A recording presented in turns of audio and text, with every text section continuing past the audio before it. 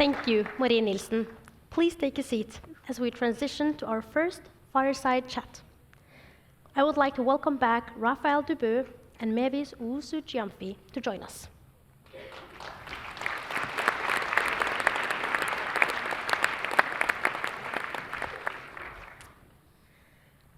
To lead this conversation, we are honored to have Right Honourable Helen Clark, the former Prime Minister of New Zealand. She served 3 terms as Prime Minister and was the first woman to lead the United Nations Development Programme. Helen Clark is a strong advocate and a prominent global leader in sustainable development, gender equality, and global health issues. Welcome, Helen Clark.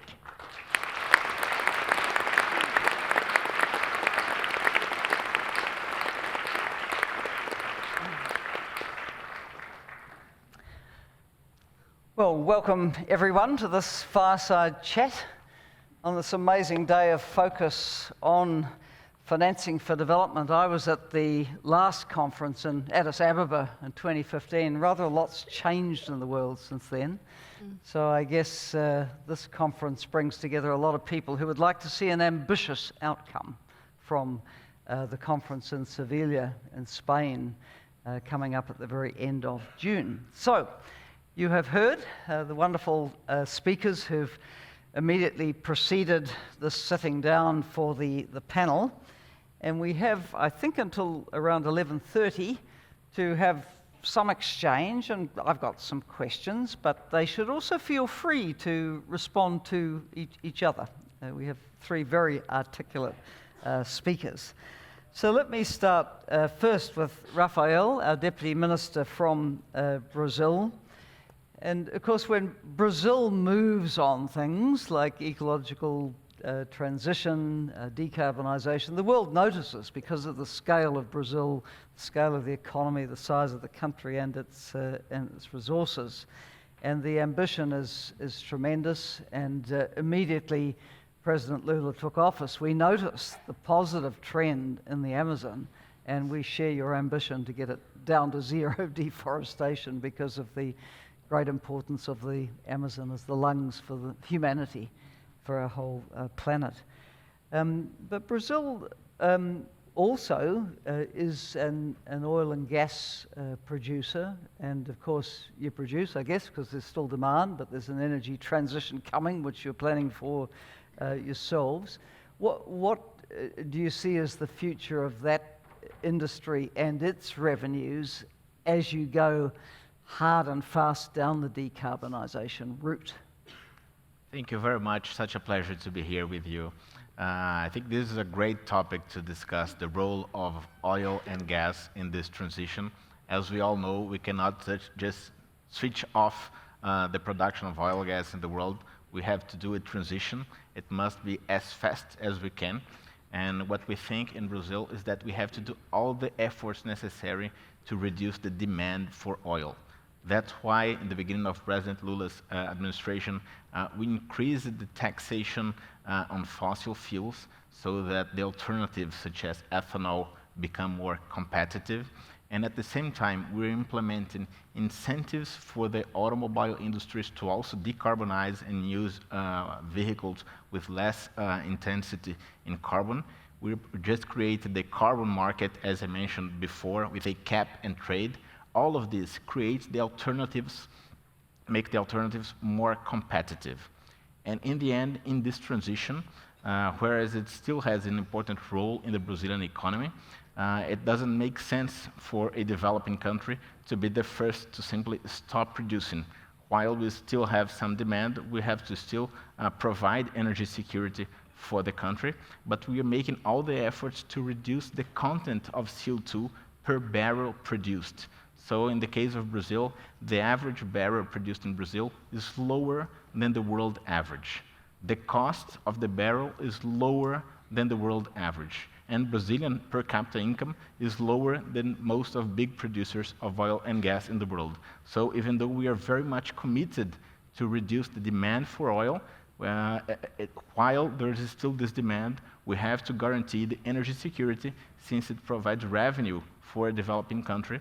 But we think this transition is going to be quick. And Brazil, as I mentioned before, is very well positioned to lead the way with renewable fuels such as sustainable aviation fuel, ethanol, biodiesel, and also all the electrical possibilities that we can have, and so with hydrogen and all the others. We do bet in this as the alternative in the long term, while we have to guarantee energy security for this moment.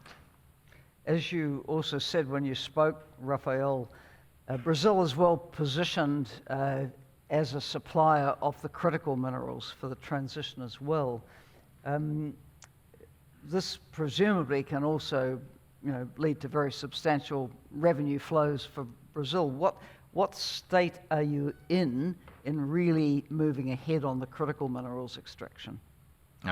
This is a point that Brazilian history is very much focused based on the exports of raw material. It was before sugarcane, gold, coffee, part of it until today. Everyone's drinking Brazilian coffee everywhere.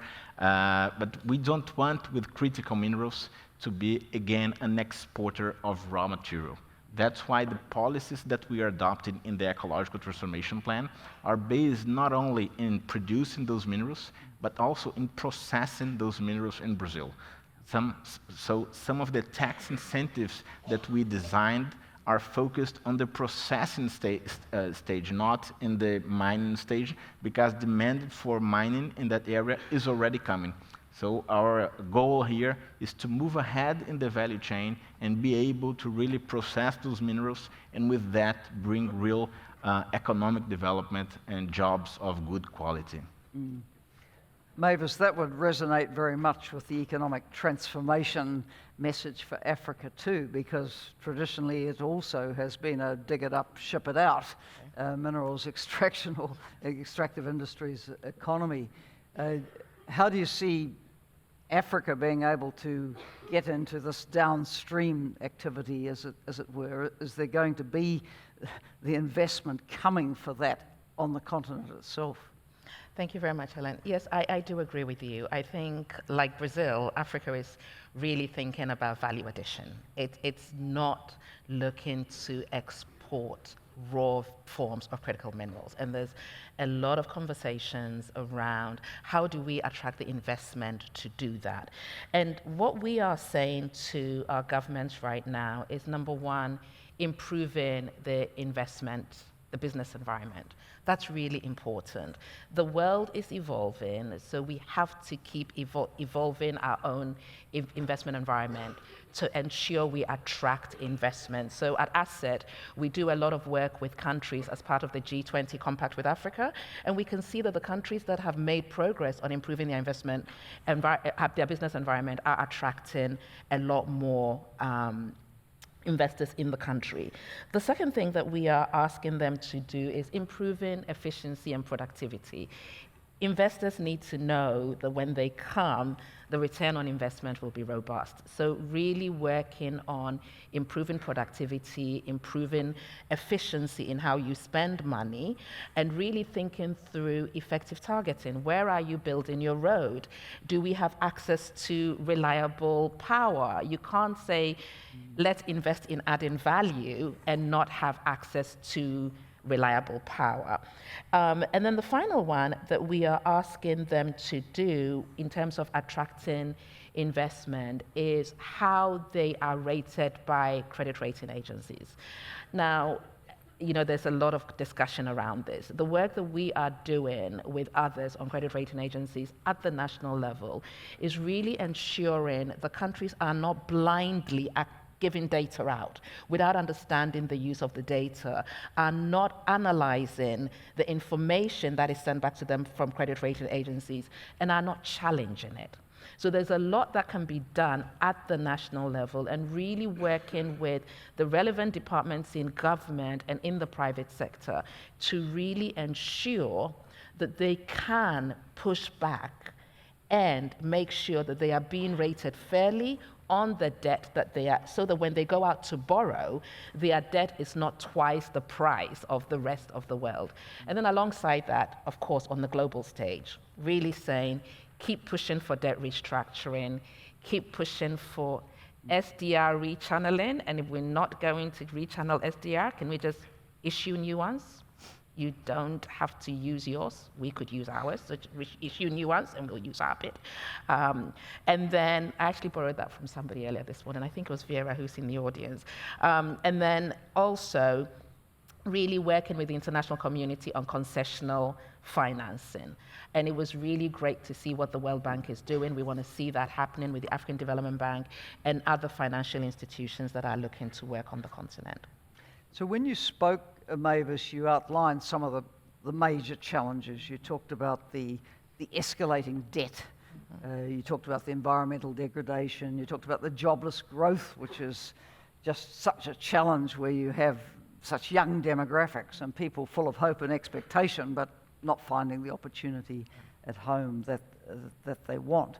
So there's all these challenges, and then also in the countries which are rich in minerals, and I'm thinking, through the Sahel into Central Africa, West Africa generally, there's also been quite a lot of political instability in very recent years. The set of military coups, for example, is that affecting the investment climate right through the region? Does it have a kind of spillover effect even to the Ghanas who continue to run democratic elections and show stability? How are you seeing this impacting on prospects at the moment? I think the conflict is definitely having an impact on attracting investment in the sub-region. There's absolutely no doubt about it. But we've got to look at the interlinkages of the problem, okay? Recent data by Afrobarometer showed that an increasing number of young West Africans actually celebrated the coups because they believe that some level of autocracy will shift them forward, because democracy is not providing economic dividends. Those of us who've lived a bit in autocracy don't quite agree, but that is what young people are asking for. Why are they asking for that? They don't have access to decent jobs. A lot of young people moved to urban centers. We did not see agglomeration opportunities. They just ended up in low service, indecent jobs, to put it bluntly. So it's until we can tackle the fundamentals around economic transformation, decent jobs for people, etc., we are not going to shift away from the conflicts we are seeing in the sub-region. And Helen, this is where we go back to the point on regional integration, okay? We can't get it right everywhere. But if we are interlinked, if we are interdependent, and people can move from countries to countries, we also have an incentive to create peace in the sub-region. Now, if, for example, the Sahel was not exporting all of its cotton to Southeast Asia, and it was actually trading with Ghana, Nigeria, Cote d'Ivoire, to produce fabric, it would be a different kettle of fish. Ghana, Nigeria, Cote d'Ivoire would have a very different position on what is happening now. But that is not happening. And I go back to the point that I made earlier on. Part of that problem is because the world deals with us bilaterally, and they don't seem to be hearing our push for a focus on regional integration. So they are all interconnected. Yeah.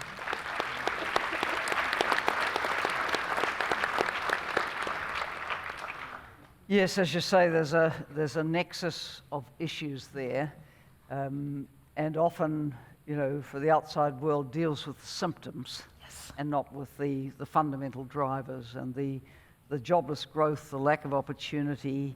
I mean, I follow the news on these coups. You see the crowds of young people coming out cheering on the couster, and yet when they don't deliver, they'll be wishing them on their way as well. So, and still the problems are unaddressed. So, how to create that climate for growth and investment, and ideally in a political environment where people are free to express their views as well. That's going to be the trick, I think.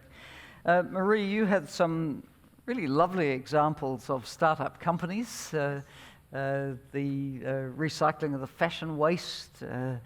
Those avocados look pretty good that you had on the screen. How big a problem, and excuse me asking this, but the sound wasn't the best as we stood out the back and your voice bounced backwards and forwards, but how big an issue is financing for the innovative startup in the context that you're working in? Yeah, it's quite difficult to be a startup founder. I think in particular it's difficult to be a startup founder right now. As the macroeconomic environment has shifted, a lot of capital that was available 2020s, 2021 has now suddenly go to safer, easier heavens, like a bank where you can earn a massive interest rate. So I think we've seen a massive decline in available startup capitals. I think especially now it's tough. I think also in the African context it's very strange. You see a lot of capital at the later stages. The DFIs are investing in existing companies that are turning over, millions. There are quite a lot of funds that are getting a lot of capital that are at the Series A stage. So when a company has at least, made $1 million or $2 million in annualized revenues, but where we really operate is where the true problem is at the early stages. And I think there's a need for more risk-willing capital that is willing to come in where not everything is in place. You have an idea, you have some early traction, but who are those believers that come in at that point in time and are willing to get you to the level where more the commercial capital is available? I think at that stage, there's still a tremendous room to be filled for founders on the continent. And in your presentation, you talked a lot about the different actors having to come together. Yes. The governments and their institutions, the bilaterals, the multilaterals, the regional institutions. When it comes down to financing something like the avocado startup or the fashion recycling, where does that push need to come from? Is it a window in World Bank or African Development Bank lending? Is it somehow capitalizing the local financial system? Where does the push need to come from? Yeah, I think it starts from the more traditional development world realizing the importance of private sector. Yeah. And I think Norway actually has come very far ahead in that. We've worked very closely with Norad, for example, and they have an own department focused on private sector. And when you go to other institutions, I don't think that's always the case. So I think that it boils down to that being clear as a point number one. And then it's about finding ways where private sector and public money can collaborate and work together, where public money maybe can have a catalytic effect on the private sector, which I think Antler is a great example of. We received a little bit of support from Norad in terms of getting Antler off the ground. And from every dollar we have received, we've mobilized $18 of private capital. It being capital into our own fund. It being capital into our own fund, it being capital that the startups have raised after they've been created, and as well as the jobs that they have been able to create. So I think this is very powerful when private and commercial capital can work together. It's not always easy. I think there's a question on how you get enough of these partnerships at the scalable level, but I definitely think it's possible when it's proven to work. Yes, I think Norway has definitely been a leader in thinking about these more innovative approaches to crowding in private capital, if you like. I recall coming to Norway many years ago when the big initiative on reducing deforestation and forest degradation was launched way back when Jens Stoltenberg was Prime Minister, and that led to very large windows of financing for Indonesia and Brazil. And I'm now privileged to be associated chairing the advisory board of a public fund which Norway set up to encourage responsible business in sensitive tropical landscapes, so that business did the right thing and not sourcing from recently deforested land, and basically you could have business which was an exemplar of best practice in these landscapes, not as predatory. So I think there's been some great thinking out of this small country and leadership in these areas.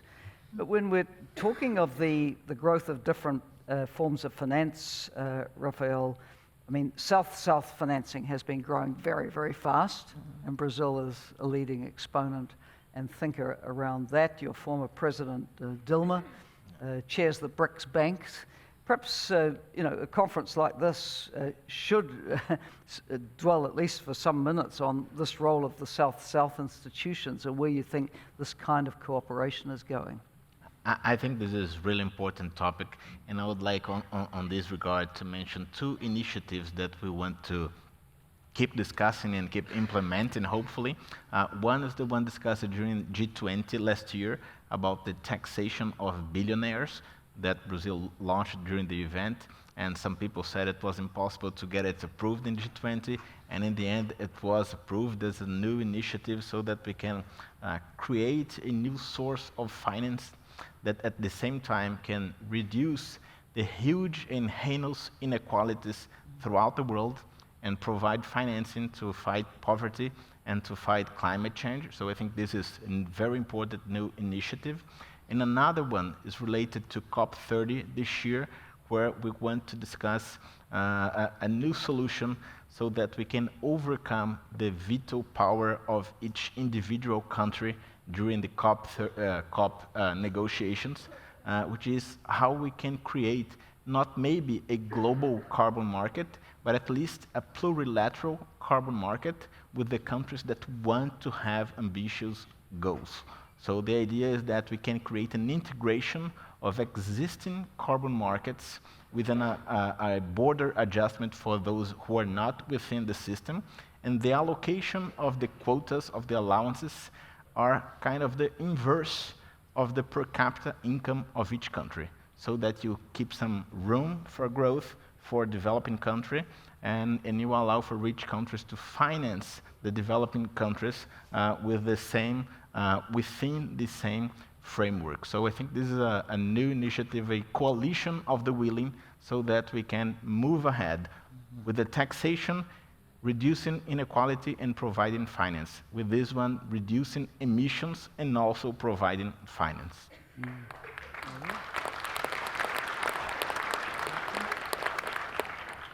So in one of the presentations this afternoon, there'll be more said about a billionaire's tax. So I hope we can tease some of those issues open then and in the panel discussion. But Mavis, Rafael came to the climate finance issues, and I was very struck by what you said about the cost of climate events to the African continent now.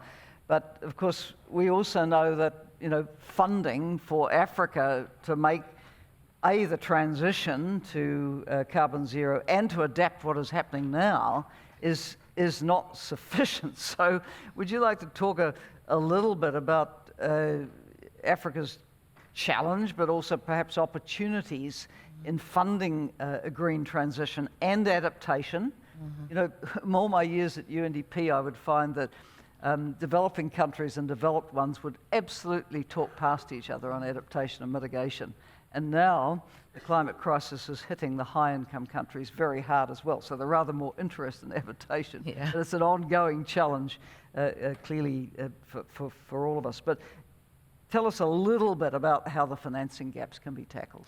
So what, Helen, they always say that, crisis births innovation. So what we found is a number of countries really not just actively pushing for increased sources of finance from the international community, but also innovating domestically to try and tackle these challenges. So we've seen a number of innovations. So for example, we've seen diaspora bonds being raised in Nigeria, Ethiopia, Kenya, Cabo Verde.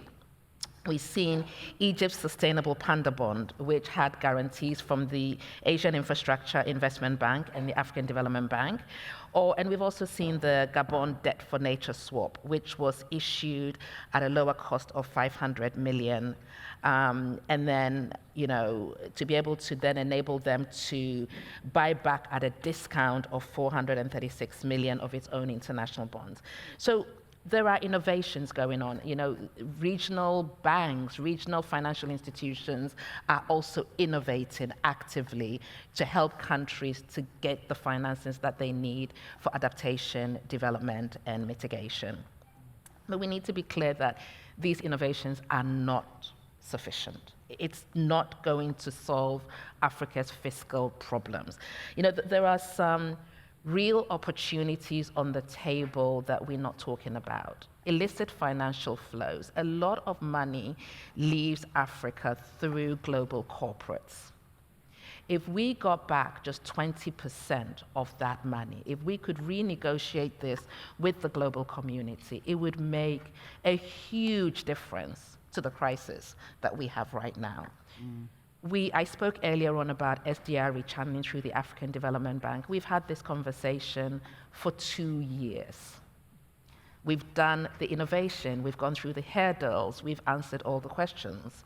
We still don't have the 5 high-level SDR countries to back this process. We've actively lobbied for new issuance of SDRs. That hasn't happened. So we can innovate, and we will continue to innovate as a continent. But to be able to make the transition we're talking about, we need to work with the international community. And as we know, there are companies who specialize in paying tax to nobody.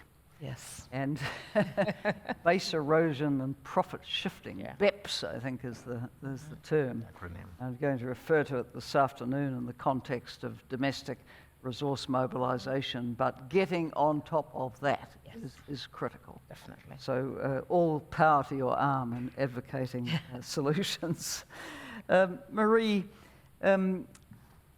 what advice would you be giving to the multilateral and regional development banks and international financing institutions generally on how they could encourage the private sector to come in more? What could they do more which would start addressing some of the financing deficits that you see?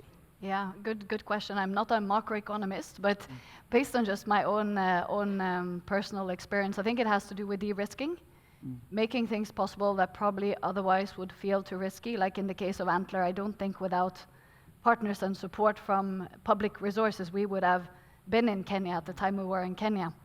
So I think a lot has to do with de-risking. I guess, de-risking can happen in many different facilities. It can also be first loss capital. Even in the fund we have, Norad Fund has put a bit of first loss, so that means they take the hit before private investors take the hit, which also means it's then easier, maybe if you're considering different investment options, maybe this fund stand out a little bit and makes it more appealing to private capital. I also think working in public-private partnerships, directly investing together with private sector is great. I was trying to do that in my project in Ethiopia. We were working very closely with the government, working on waste problems, which is hard to solve for a private company alone. So when public and private can work together, I think it's tremendously powerful. So yeah, I have some ideas, but I don't have the answer. If it was that easy, it probably would have happened already. Right, with 3 minutes and 20 seconds to go, I'm going to put each panelist on the spot and ask them, what is the key message, the key takeaway you want the audience to leave with today? 1 minute, Rafael. Well, it's difficult to get a key message, but I think the key message, considering even the poll that was made in the beginning, is that it's challenging to deal with climate, but it's doable. I think this is the message. We know for every country the circumstances are quite different. Brazil, in some sense, is well positioned because of the renewable energy, the critical minerals, and so on. But when we discuss development in Brazil, we see that we can create this new path that at the same time promotes innovation, productivity, and shared prosperity, and this new relationship with the environment. Well, even though it's ambitious and difficult, it's doable. There you go, it's doable. I hope we're going to be asked that question again at the end, and we'll see whether the panelists have all cheered us up. Mavis. So, you know this, Africa is not one country, it's 54. Sorry. But climate change and the transition to green development is a real opportunity for our continent, and we want to take advantage of that opportunity. We are not begging, but we are saying we need a mix of financial instruments. It's going to be concessional finance, investment, debt. Our ask is recognize the fact that we are ready to make that transition and work with the world to make it a reality. Unfortunately, if you don't, we will go ahead, we'll be a lot slower, and it will not be good for the world overall. Thank you. Very good.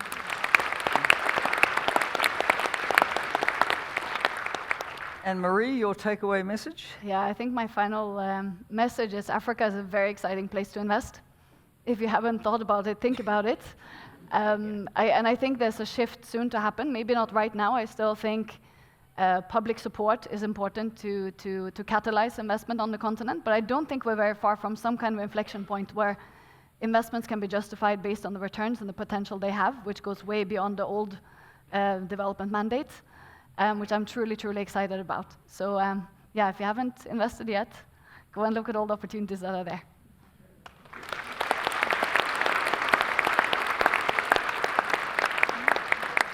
So there you have it, many challenges, but each panelist optimistic about the opportunities for innovation, new approaches, and success. So thank you to all of you. Thank you very much. Thank you.